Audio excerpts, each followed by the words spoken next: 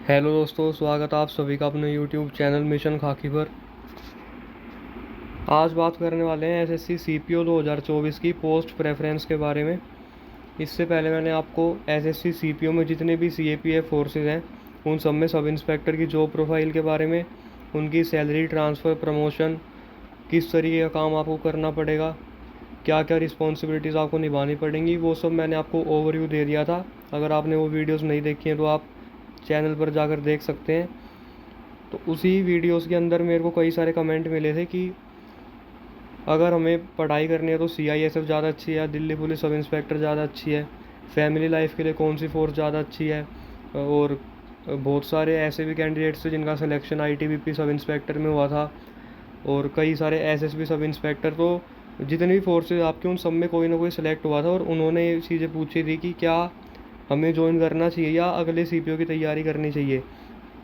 और जो एस्पिरेंट्स अभी तैयारी कर रहे हैं सीपीओ 2024 के लिए, उनके भी मन में ये डाउट बना रहता है कि कौन सी फ़ोर्स ज़्यादा अच्छी है अगर हमें पढ़ाई करनी है, family life, salary, promotion, transfer etcetera. तो आज मैंने उन सभी चीज़ों को मर्ज करके एक पोस्ट प्रेफरेंस आपके लिए बनाई है कि अगर आपको सैलरी अच्छी चाहिए तो आपके लिए कौन सी फ़ोर्स ज़्यादा अच्छी रहेगी, आपको फर्दर स्टडीज़ करनी है तो किस में आपको ज़्यादा टाइम मिलेगा, फैमिली लाइफ आपको कौन सी फ़ोर्स में ज़्यादा अच्छी मिलेगी। अगर चैनल पर नहीं तो सब्सक्राइब ज़रूर करना, क्योंकि यहाँ पर आपको सीपीओ से रिलेटेड और बाकी कई गवर्नमेंट एग्ज़ाम से रिलेटेड एक एक इन्फॉर्मेशन टाइम टू टाइम मिलती रहती है। वीडियो अच्छी लगी हो तो लाइक ज़रूर करना, और अगर आपको कोई भी डाउट हो इन सब चीज़ों से रिलेटेड तो आप कमेंट कर सकते हैं। अब सबसे पहले बात करते हैं फैमिली लाइफ की। फैमिली लाइफ आपको कौन सी फ़ोर्स में सबसे ज़्यादा अच्छी मिलेगी। तो यहाँ पर मैंने आपको सिर्फ एक ये दो ही फोर्स लिखी है फैमिली लाइफ में, क्योंकि मैं आपको जो बेस्ट फोर्सेज हैं उनके बारे में बताऊँगा कि कौन सी टॉप 2 फोर्सेज हैं। तो फैमिली लाइफ अगर आपको अच्छी चाहिए तो सबसे अच्छी है सीआईएसएफ, और सेकंड प्रेफरेंस पर एसएसबी। अब मैंने सीआईएसएफ को फर्स्ट प्रेफरेंस पर इसलिए रखा है क्योंकि सीआईएसएफ की पोस्टिंग 90% पीस एरिया में होती है, और आपको ग्रुप एक्स सिटी में रखा जाता है। ज़्यादा से ज़्यादा वाई सिटी में रख देंगे, लेकिन जेड सिटी में आपकी पोस्टिंग बहुत कम होती है, और आपको पूरी सर्विस के दौरान सिर्फ 2 या 3 बार ही अपना हार्ड एरिया पोस्टिंग कार्ड करानी होती है। और कई तो ऐसे होते हैं जो सिर्फ एक बार हार्ड एरिया पोस्टिंग कार्ड कराते हैं।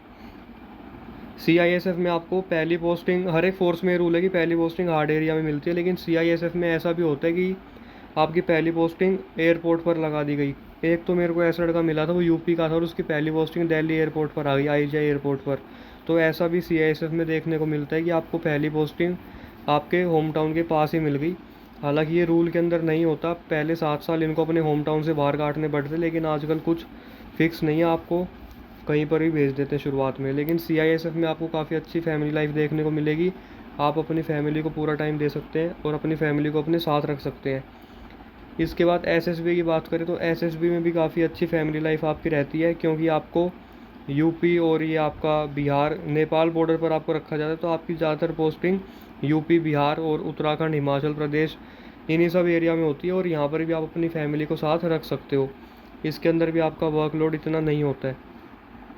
और इसके बाद मैंने फैमिली लाइफ में कुछ नहीं लिखा है, क्योंकि जो आपकी बीएसएफ, आईटीबीपी और सीआरपीएफ है वो तीनों एक जैसी ही हैं ज़्यादातर। क्योंकि बीएसएफ और आईटीबीपी में आपको पहली पोस्टिंग बॉर्डर पर मिलेगी, और बॉर्डर एरिया पर आप अपनी फैमिली के साथ नहीं ले जा सकते। सेम चीज़ सीआरपीएफ के अंदर है, पहली पोस्टिंग आपकी हार्ड एरिया में होगी, वहाँ पर भी आप अपनी फैमिली को साथ नहीं ले जा सकते। छत्तीसगढ़, झारखंड के जो नक्सलाइट एरिया है, जम्मू कश्मीर में आपके अनंतनाग, बारामूला और ये सब एरिया, यहाँ पर आप अपनी फैमिली को नहीं रख सकते, अलाउड नहीं होता है। हाँ, धीरे धीरे जब आपकी पोस्टिंग पीस एरिया में आनी शुरू हो जाती है, जब आप उनको अपने साथ रख सकते हैं। लेकिन ये दो फोर्स ऐसी हैं जिसके अंदर हार्ड एरिया पोस्टिंग थोड़ी कम होती है, इसलिए आप अपनी फैमिली को ज़्यादातर जगह पर ले जा सकते हैं। अब बात करते हैं स्टडी टाइम की। आपको सबसे ज़्यादा पढ़ने का टाइम कौन सी फोर्स में मिलेगा। तो सीआरपीएफ फर्स्ट चॉइस और एसएसबी सेकंड। अब मैंने सीआरपीएफ को इसलिए फर्स्ट नंबर पर रखा है क्योंकि सीआरपीएफ एसआई की पोस्टिंग बेशक हार्ड एरिया में होती है, लेकिन हार्ड एरिया में इनकी ड्यूटी सिर्फ 4 से 5 घंटे ही होती है। उसके बाद आपको 20 घंटे आपके पास बच गए, आपको जो करना वो कर सकते हैं, आपको कोई डिस्टर्ब नहीं करेगा।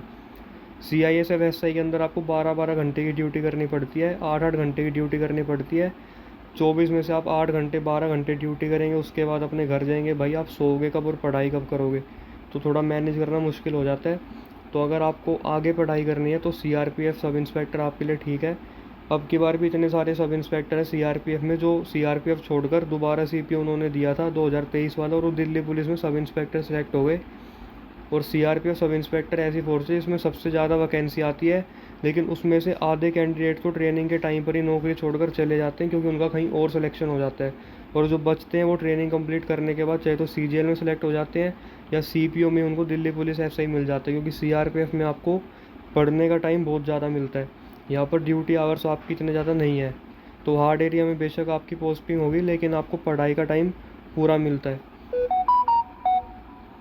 इसके बाद बात करें एसएसबी की, तो एसएसबी में भी आपकी जो है 3 शिफ्ट में ड्यूटी लगती है। बॉर्डर एरिया पर अगर आपकी पोस्टिंग है तो 4-4 घंटे 5-5 घंटे आपको ऐसे शिफ्टों में ड्यूटी करनी पड़ती है। 4 घंटे पूरे हो गए, उसके बाद आपको रेस्ट मिलता है, फिर दोबारा 4 घंटे के लिए जाओगे, तो इस तरीके से ड्यूटी लगती है। यहाँ पर भी आप अपनी पढ़ाई आराम से कर सकते हैं। लेकिन पढ़ाई के मामले में सीआईएसएफ इतनी ज़्यादा ठीक नहीं है, क्योंकि वहाँ पर आपकी ड्यूटी जितनी भी आपकी सीएपीएफ है ना, सबसे ज़्यादा ड्यूटी आपको सीआईएसएफ में करनी पड़ती है, 12 घंटे की 8 घंटे, क्योंकि स्टाफ की शॉर्टेज होती है सीआईएसएफ में। अब बात करें प्रमोशन की, तो प्रमोशन वाइज देखिए सबसे अच्छी फोर्स आपकी एसएसबी। 5 साल के अंदर आप इंस्पेक्टर बन जाते हो इसके अंदर, अभी तक तो यही चल रहा है। और उसके बाद आपकी सीआरपीएफ में भी जो 2016 बैच के आए ना सीपीओ में, वो सब इंस्पेक्टर बन चुके हैं। और जो आपके 2023 वाली भर्ती हुई थी, ये 2023 के जो आपके जा रहे हैं अभी सीपीओ के सिलेक्टेड कैंडिडेट्स, ये समझ लीजिए 7-8 साल के अंदर इंस्पेक्टर बन जाएंगे। इनके टाइम पे थोड़ा अभी टाइम लगेगा, क्योंकि बहुत बड़ा बैच है, और इससे 2022 वाला जो बैच है उसमें भी 7-8 साल लगेंगे। लेकिन उससे पहले वाले जितने भी बैच है ना, 2019-20 और ये आपके 21 वाले, ये सब आपके 5-5 6-6 साल में प्रमोशन इनकी हो जाएगी। सीआरपीएफ में अब काफ़ी इंप्रूवमेंट हुए प्रमोशन में। पहले इसका भी हाल सीआईएसएफ जैसा ही था, लेकिन अब इम्प्रूवमेंट है काफ़ी। इसके बाद आईटीबीपी में भी आपको 6-7 तो नहीं कह सकते, 7-8 साल में आप इंस्पेक्टर बन जाते हो आईटीबीपी में। और बीएसएफ के अंदर भी आप अगर सब इंस्पेक्टर ज्वाइन करते हो तो आप रिटायरमेंट के टाइम पर डेप्यूटी कमांडेंट तक बन जाते हो। इन सभी फोर्सेज में जितनी भी फोर्सेज है ना, इन सब में आप डेप्यूटी कमांडेंट तक पहुंच जाते हो। किसी किसी में 2IC भी कहते हैं इसको, एसएसबी में 2IC कह देते हैं, और इन सब में डेप्यूटी कमांडेंट कह देते हैं। तो सीआईएसएफ में भी 2IC कहते हैं। और सीआईएसएफ के अंदर आप असिस्टेंट कमांडेंट तक ही पहुंच पाते हो। ऐसा देखने को मिलता है ज़्यादातर कि आप असिस्टेंट कमांडेंट से रिटायर हो जाते हो। अगर आपका लक हुआ तो आप डीसी तक ही पहुंच जाते हो, लेकिन इन सब के अंदर आप डीसी तक आराम से पहुंच जाओगे। और इसके अंदर तो आप कमांडेंट भी बन सकते हो एसएसबी के अंदर। यहाँ पर बहुत अच्छे प्रमोशन है। अब बात करते हैं वर्कलोड की। वर्कलोड के मामले में आपकी कौन सी फोर्स सही है?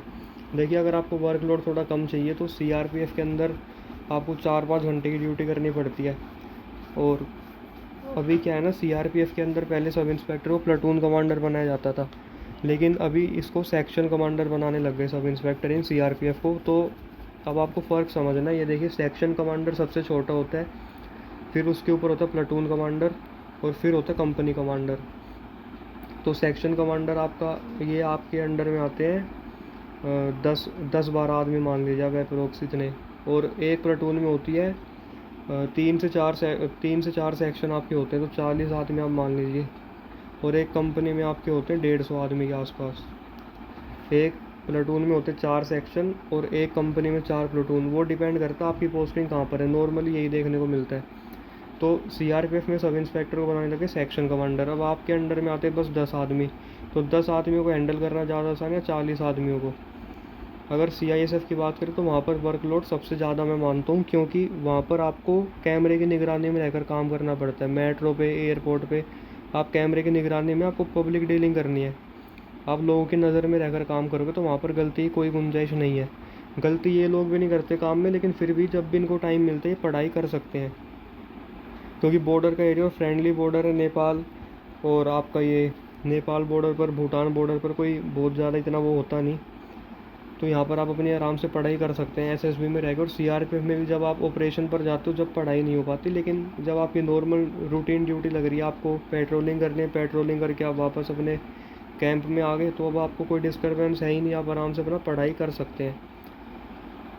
और वर्कलोड आपका इतना ज़्यादा नहीं है। वर्कलोड जब रहता है जब आपका कोई मान लीजिए ऑपरेशन हो गया, जैसे एसएसबी वालों को भेजते हैं एक बार छत्तीसगढ़ में एंटी नक्सल ऑपरेशन ANO करने भेजते हैं, एंटी नक्सल ऑपरेशन। तो जब इनका थोड़ा वर्कलोड बढ़ जाता है, क्योंकि वहाँ पर इनको जंगल वगैरह ये सब कैंप वगैरह में जाना पड़ता है, तो पढ़ाई नहीं हो सकती वहाँ पर। लेकिन जब ये अपनी बटालियन में रहकर ड्यूटी करते हैं, नॉर्मल रूटीन ड्यूटीज में इनकी होती है, तो इनका वर्कलोड इतना ज़्यादा नहीं रहता। सेम चीज़ CRPF के अंदर है। जब ये बटालियन में होते हैं तो अपनी नॉर्मल पेट्रोलिंग ड्यूटी करते हैं, उसके बाद अपना आराम कर सकते हैं, तो वर्कलोड इतना नहीं रहता है।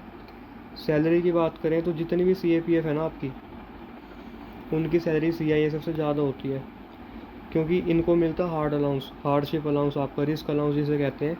तो इनको अब डिपेंड करता है कौन से एरिया में आपकी पोस्टिंग है। 7,500, 12,500, और ITBP में तो आपका 24,000 भी मिलता है, हाई ऑल्टीट्यूड अलाउंस। तो इतने इतने पैसे आपको मिलते हैं। अब एक सब इंस्पेक्टर 2022 बैच के छत्तीसगढ़ में पोस्टेड है, उनकी 85,000 सैलरी है CRPF सब इंस्पेक्टर की। वहीं एक CISF में सब इंस्पेक्टर जो मुंबई में पोस्टिंग है, पहली पोस्टिंग पीस एरिया में मिल गई, मध्य प्रदेश के हैं CISF में सब इंस्पेक्टर, और ये 85,000 सैलरी वाले जो हैं वो हरियाणा से हैं। तो जो CISF में सब इंस्पेक्टर, उनकी 75,000 के आसपास सैलरी है, और इनकी 85,000 है। 10,000 का फ़र्क हो गया, क्योंकि इनको मिलता हार्ड अलाउंस नक्सल एरिया में, और इनको भी 12,500 रुपये एक्स्ट्रा मिलते हैं। अब पता नहीं, इनकी अप्रोक्स बता रहा हूँ मैं, अभी आप कैलकुलेशन करने लग जाओगे ये तो 10,000 फालतू है, तो ऊपर नीचे हो जाता है थोड़ा। लेकिन मैं आपको एक बेसिक आइडिया दे रहा हूँ, ऊपर ऊपर से समझा रहा हूँ, क्योंकि CISF की पोस्टिंग हार्ड एरिया में इतनी ज़्यादा नहीं होती। अगर उनकी पोस्टिंग भी पहली हार्ड एरिया में हो जाती है तो दोनों का फिर बराबर हो जाएगा। इनको तो ज़्यादातर टाइम पोस्टिंग हार्ड एरिया में मिलती है CRPF वालों को, और ITBP में हाई ऑल्टीट्यूड अलाउंस आपका मिलता ही रहेगा ज़्यादातर, क्योंकि शुरुआत में तो आपको यहीं पर अपनी सर्विस जो काटनी पड़ती है। तो ये सैलरी की बात हो गई, और वर्कलोड की मैंने आपको बता दिया, promotion, study time, family life. अगर आपको और कुछ जानना हो तो भाई आप मेरे को कमेंट कर सकते हैं। अब आप पूछोगे Delhi police SI, Delhi police SI मैं इसलिए नहीं करता इन सब के अंदर, क्योंकि वो एक स्टेट पुलिस है, और स्टेट पुलिस में अगर आप दिल्ली से बिलोंग करते हो, आसपास के एरिया से हो, तो फिर फैमिली लाइफ सबसे अच्छी दिल्ली पुलिस SI में है। आप अपने घर जा सकते हो, हर रोज़ अप डाउन कर सकते हो। स्टडी टाइम के अंदर अगर मैं बात करूँ तो दिल्ली पुलिस SI सबसे बेकार है स्टडी टाइम के मामले में। उसके अंदर पढ़ाई का टाइम बिल्कुल नहीं मिलता। और जो दिल्ली पुलिस SI सेलेक्ट हो जाते हैं और ये सोचते हैं कि CGL की तैयारी हो जाएगी, तो भाई नहीं हो सकती। मैं साफ बता रहा हूँ, नहीं हो पाएगी आपकी तैयारी। अगर आप दिल्ली पुलिस SI सेलेक्ट हो गए तो आपको CGL की तैयारी क्या करने की ज़रूरत है, क्योंकि आप वैसे ही CGL क्लियर कर सकते हो अच्छे से। क्योंकि दिल्ली पुलिस SI के लिए आपको ऑल इंडिया रैंक 70 के आसपास लानी पड़ेगी। अगर UR कैटेगरी से हो 100 के अंदर आपको लानी पड़ेगी, तो आपकी अच्छी खासी तैयारी होगी। प्रमोशन की बात करो, दिल्ली पुलिस SI सबसे लास्ट में होगा, क्योंकि ACP के बाद वो नहीं बनते कुछ भी। अभी एक नया रूल आया था 10, 20, 30 का। 10 साल बाद आपकी एक प्रमोशन हो जाएगी, 20 साल बाद दूसरी, और 30 साल बाद तीसरी। लेकिन अब वो रूल भी बंद हो चुका है, तो बिल्कुल उम्मीद मत करना ACP से ऊपर जाओगे आप दिल्ली पुलिस SI में। वर्कलोड की बात करें, सबसे ज़्यादा वर्कलोड दिल्ली पुलिस SI में है। सैलरी की बात करें तो नॉर्मल सैलरी आपकी दिल्ली पुलिस SI में इनसे कम होगी, क्योंकि इनकी पोस्टिंग होती है हार्ड एरिया में, वही आपको बता चुका हूँ पहले। तो इनको अलाउंस वगैरह ज़्यादा मिलते हैं। हाँ, CISF में एक बेनिफिट ये है, इनको 13 महीने की सैलरी मिलती है। ये बात मैंने आपको बताई नहीं थी, अब बता देता हूँ। 13 मंथ की सैलरी आपकी होती है, तो अगर आप उसको डिवाइड कर दोगे 12 से, तो 7,000 अप्रोक्स आप हर एक उसमें बढ़ा लो, 6-7 हज़ार हर महीने के बढ़ा लो। अगर आपको ऐसे बांटना है इसको, तो बराबर सी हो जाती है कुछ कुछ। और दिल्ली पुलिस SI में नॉर्मल सैलरी तो भाई आपकी इनके बराबर ही रहती है। और अब स्टेट पुलिस में हो, अगर आप कुछ दूसरे तरीके से पैसे कमाने की सोच रहे हो, तो फिर तो भाई कितनी बन सकती है। लेकिन ईमानदारी से काम करोगे तो इनसे थोड़ी कमी मिलेगी, क्योंकि यहाँ पर आपको अलाउंस मिलते हैं ज़्यादा। तो ये सब मैंने आपको बता दिया है। अब आने वाली वीडियो में मैं आपको दिल्ली पुलिस सब इंस्पेक्टर की जॉब प्रोफाइल भी बता दूंगा। वो तो पर्सनल एक्सपीरियंस है मेरा, मेरी मदर दिल्ली पुलिस में इंस्पेक्टर है, तो एक एक चीज़ आपको अच्छे से बता सकता हूँ दिल्ली पुलिस के बारे में। और जितना मेरे से हो सकता है मैंने आपको CPO के बारे में बहुत सारी इन्फॉर्मेशन दे दी है, जॉब प्रोफाइल से रिलेटेड। अब जब आपके एग्ज़ाम हो जाएंगे तो आपको एक कट ऑफ की वीडियो भी बता दूंगा, कट ऑफ कितने की आसपास आपकी जा सकती है। और दिल्ली पुलिस SI की वीडियो भी आपको जल्दी मिल जाएगी, दिल्ली पुलिस सब इंस्पेक्टर का क्या काम रहता है। अगर वीडियो अच्छी लगी हो तो लाइक ज़रूर करना, और आपका कोई डाउट हो तो आप कमेंट कर सकते हैं, और नए हो तो चैनल ज़रूर सब्सक्राइब करना। Thank you.